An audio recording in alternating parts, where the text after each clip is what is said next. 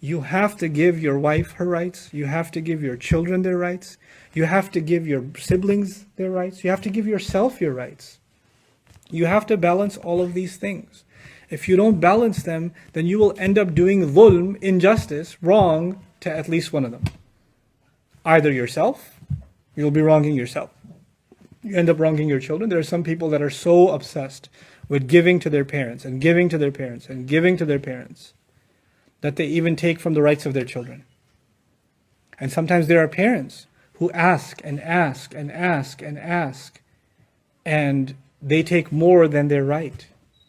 When they use the ayah of Quran and say, well, no matter how much you do for me is never enough, so give me everything. Give me everything. And they'll use the ayah on you. Ihsan to them comes from Allah. It's not defined by them. Please understand this delicate point. What you should do for your parents is not defined by them. It's defined by you and Allah.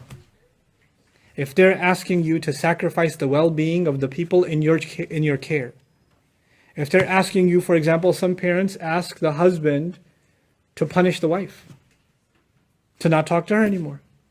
Some parents ask the husband to not allow some basic rights in the family. You can't do that. You can't allow that. When you married a woman, you took her in your care and you promised to be her wali. You promised to protect her.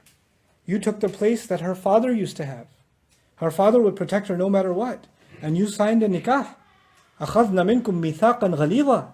You took a heavy contract from them. And now they're under your care. So I don't care what your mom told you or what your dad told you. You can't do wrong by your wife. But the flip is also true. You can't listen to your spouse and do wrong by your parents. Let me tell you what that means, gentlemen, myself included. You're going to live a life in which somebody's going to be unhappy with you. Always. Congratulations to manhood. Welcome to the club.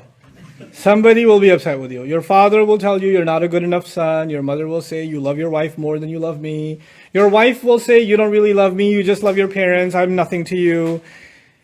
Your children will say you're always with grandparents, with grandpa and grandma, you don't care about us. Your parents will say you care more about your kids and your family, you've forgotten about us, we're just trash to you. Everybody's going to think that you don't do anything. You're useless.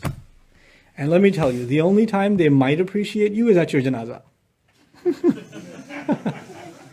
He was so good to us. He was really good.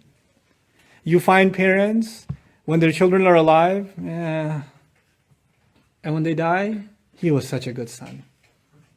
He was perfect. He used to take so much care of me. As men, let me tell you something. Don't expect to live a life of appreciation.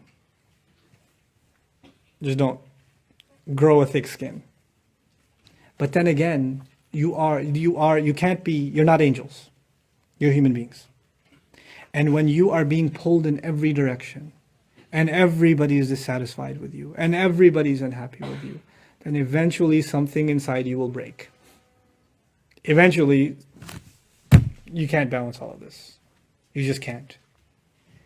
You're going to have to learn to find the balance between two things. One, you get so angry and say, I can never make anyone happy anyway, so I stop trying. Forget everyone. The other extreme, you keep trying to make everyone happy, and the only one miserable left is who? Yourself. You're miserable. And when you're miserable, you can't be good to anybody else. You're no longer going to be able to be a good father, a good husband, a good son. You can't do those things if you've lost yourself. You cannot. There are some times in our relationships that we are the abuser. The men are the abuser. We're the ones that are not giving the rights.